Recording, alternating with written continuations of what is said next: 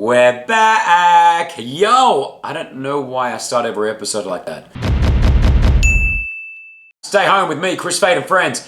Thank you already to our amazing guests. Oh, lucky. There's nothing in it. It's crazy, when I put this show together, I really thought I'd probably only do 2 or 3 episodes, because I thought to myself, yeah, we'll probably be at home for a month. We'd be quarantining. This thing's gonna come and go. I didn't realize it'd be like months upon months of this change that we're adapting to. And there's been a lot of negatives, right? Death, financial strain, but I'm trying to look at the positives in life. I'm trying to look at what I'm gaining from it. I'm gaining more time with my family. I'm picking up new things that I wouldn't have done in years, like cleaning my pool and raking my garden, spending so much time with my kids. And well, I discovered this little podcast that I'm doing from my bedroom. Like, I'm really in the corner of my bedroom right now. My bed's just there. And my next guest, I'm so happy to have on the show. Growing up as a 15-year-old Lebanese Australian kid in Sydney, I discovered what NBA was, the National Basketball Association. My team, I went for the Charlotte Hornets because Muggsy Bogues was like 5'7". He was tiny, but he made the league. And I was short, and it gave me hope that I could make the NBA one day. But along those times, there was a team called the Chicago Bulls, one of the greatest sporting teams of all time. Michael Jordan, Scottie Pippen, Dennis Rodman, coached by Phil Jackson, Steve Kerr, born in Lebanon. I was so proud. And there was even an Australian on the team called Luke Longley. I was obsessed with basketball. I could tell you the position of every player. I could tell you where they were born, how old they were, what university they went to. I could tell you everything. I even had the honor of one day, thanks to my Uncle Bashara, the 3 of us, my cousin, my uncle, and myself, we went to America and we watched Michael Jordan play. I think it was like 1994, and I watched him play against the Indiana Pacers, Reggie Miller. We had the worst seats in the house, but I still to this day said, I got to watch Michael Jordan play. Takes us to our next guest, a documentary all about it, The Last Dance. You've seen it on Netflix. If you haven't, go and watch it. For me, woo! And you don't have to be a sporting fan to enjoy this documentary, all right? But please welcome to Stay Home with Kris Fade and friends, Jason Hehir, the director of The Last Dance. The Last Dance, a Netflix documentary, has rocked the world. Once you reach the top, where do we go from here? Unseen footage from Michael Jordan and his final season playing for the Chicago Bulls. I like the way you think. Please welcome the director of The Last Dance and Emmy Award winner, Jason Hehir.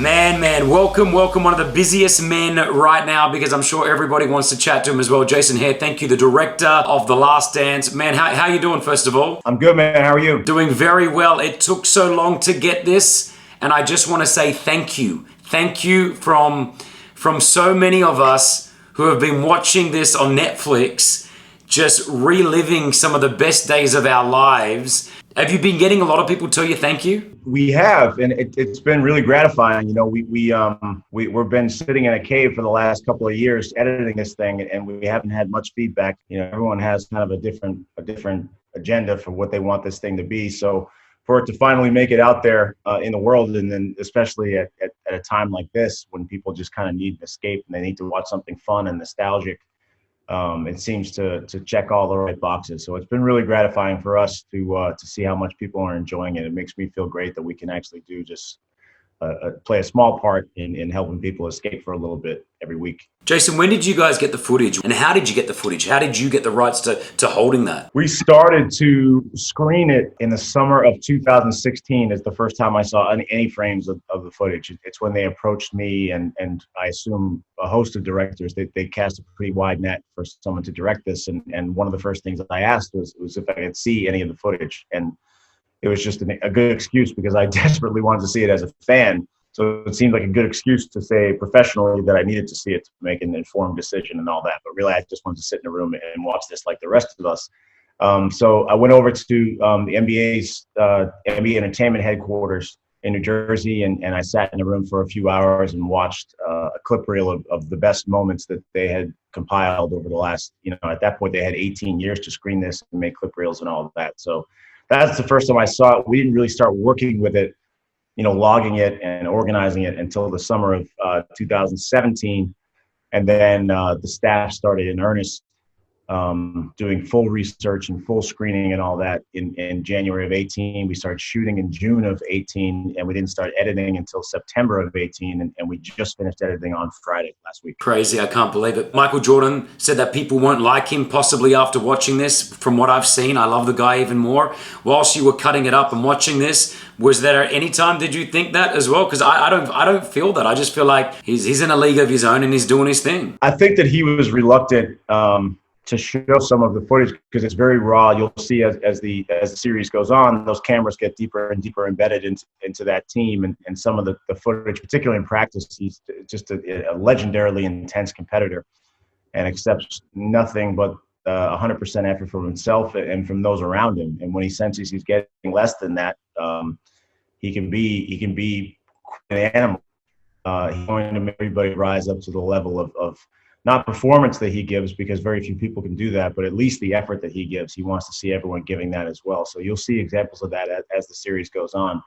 I agree with you. I think that his honesty and his candor and his vulnerability that he's shown thus far in the series, and you'll see more examples of it later on, make him more human and therefore more likable. You know, he's so refined and he's so camera savvy, and a lot of the appearances we see him, you know, he's dressed impeccably, and he doesn't say much because he doesn't need to say much.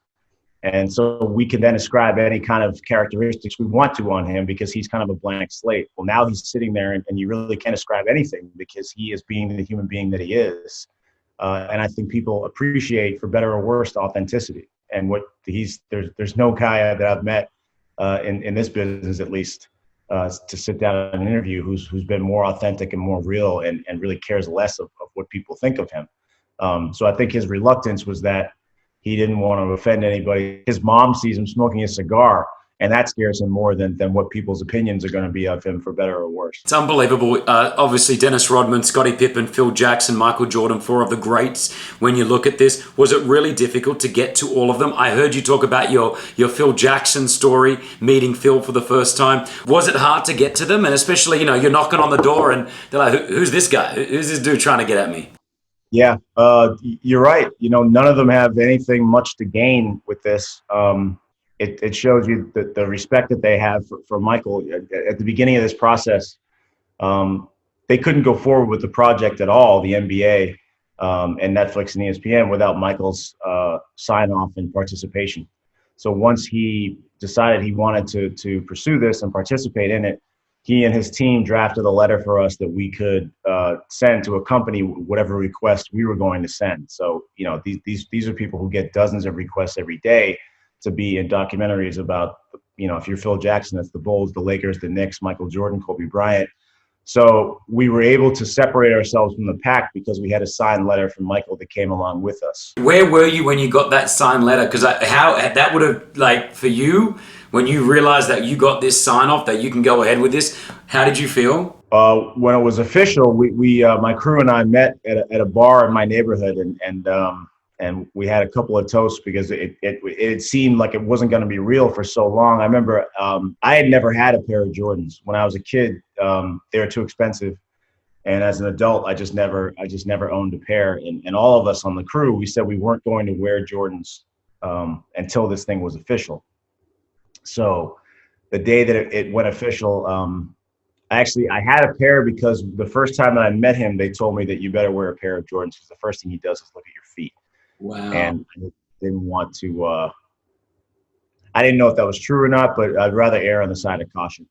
But I put them back in the closet and didn't wear them after that. And then the day that this thing turned official, a few people from the crew and we met at a bar, and we all had sparkling new Jordans on as a way of celebrating. So that's when it actually became real. And then we actually started booking these interviews and scheduling them and scheduling camera crews. It got very real. And that was almost 2 years ago. How was Scotty and Dennis Rodman? Are they just seem cool? Like Rodman, just even in the footage back in the day, he just seems like he's just cool, man. Like he's just there to have some fun, play some ball. He showed up, and we were walking to the suite where we were going to do this in the hotel, and he said, "What's this for again?" And I legitimately did not know exactly what this was for. I think Dennis kind of lives his life in 15-minute increments. So I told him it was a 10-hour documentary about the Bulls dynasty, and that we've been looking forward to speaking with him. We've been trying to book him for over a year. And of course, it was 2 or 3 hours late that day, which we expected. We didn't book any other interviews that day because we figured if he's going to show up, he's supposed to show up at noon. He could come at midnight, and we'll be happy to have him in. And he said, "All right, I'll give you 10 minutes." And of course, you need more than 10 minutes to get information out of someone for a 10-hour documentary. But yeah, he was immensely cool and willing to go anywhere we wanted. And I think that we had done our research, and he knew that he could sit there, he could curse, he could say whatever he wanted, he could kind of be himself. So he was comfortable then. And then Scotty, we came up to his house and we weren't sure it was the right house. And, I buzzed the gate and you hear that booming, deep Scottie Pippen voice come through. And I said, all right, I think this is the guy. And we got in, and he couldn't have been nicer and more welcoming to us. He was actually helping move furniture around to accommodate us. He helped us to the car with our gear afterwards. We were helping him take some of his garbage out because he just got a bunch of deliveries. So he was just like the guy next door, except the guy next door happens to be one of the greatest players to ever lace him up. So there were some surreal experiences. Did you go to Michael Jordan's house? We interviewed him in houses near his home. His house he's got a few sanctuaries in his life, and his house is one of those. So we respected that, and we interviewed him at places in and around Jupiter, Florida, where he lives. I had the opportunity of being coached by Kobe Bryant on a celebrity basketball team about 5 years ago, right? And I remember being there, and I had breakfast with Kobe, I had dinner with Kobe, and then I was in the changing rooms, and we were there for a bit of fun. And then Kobe walks in and he says, "Yo, this may be a charity game, but I don't lose anything. We are going to beat this team." And we're playing like the 1986 Spanish Olympic team, right? And I remember finishing that game. I go, man, this guy's got greatness in him. There was something about him, his presence when he walked into the room. Did you feel that being in front of Michael Jordan? Did you feel that same sort of feels? He's just got a confidence and a security about him. The entire room tilts to him when he walks in. I mean, first of all, he's enormous. So he's striking when he walks in. His features, his hands are enormous. Everything is a little bit out of proportion. He looks like a superhero. And he's got that booming, deep voice. And he's respectful, but you're clearly on his time. He clearly has a lot of things he could be doing, and you feel like you're there. I remember my producer, who's a very good friend of mine, Jake Rogal, the first time he met him, which was in that house that day for that interview, he shook his hand, and then later on, as we were setting up, he said, "I can't believe that those are the hands that made the shot. I can't believe those are the same hands." It's like you see this guy in 2D for your whole life, and he's almost like a fictional character. He's a figment of our imaginations, but he's on a poster on a wall, or he's a logo on a shoe, or he's a clip on YouTube, but he's not three-dimensional. So to see that three-dimensional human being walk in, and then to have him act like a human being, to belly laugh and to get emotional and to act just like anybody else would act if they're recounting memories. We gave him that iPad, and he saw his mom's face and heard her voice, and he immediately choked up, and the same way that you or I might do that. So I always keep in mind with these docs that we're profiling sometimes some supernatural characters here in the world of sports, but there's way more that we all have in common with each other. And when you sit down and you start talking about family and friends and what truly matters to you, that's when people's humanity comes out. And luckily he came to play that day. As we watch these video cassettes back in the day of Jordan, our kids and my kids will be watching your documentary, The Last Dance, because it's one that will be remembered forever. A thank you from the sporting community, the basketball community, but also I think just the community in general. People are enjoying this, even if they have no idea what basketball is. So thank you so much. Congratulations, and I look forward to the next documentary that you put out. Thanks so much for having me, man. This was fun. Well, there he is, a director of one of the best sporting documentaries of our time. Go check it out on Netflix. It's called The Last Dance. I had an argument with a friend the other day, and I said, you know what? Greatest athlete of all time, Michael Jordan. No one comes close. And then he said Muhammad Ali, and I went, yeah, all right, Muhammad Ali, I'll let that be. Thank you for watching. Make sure you share and subscribe, and I'll catch you on the next episode of Stay Home with me, Kris and friends.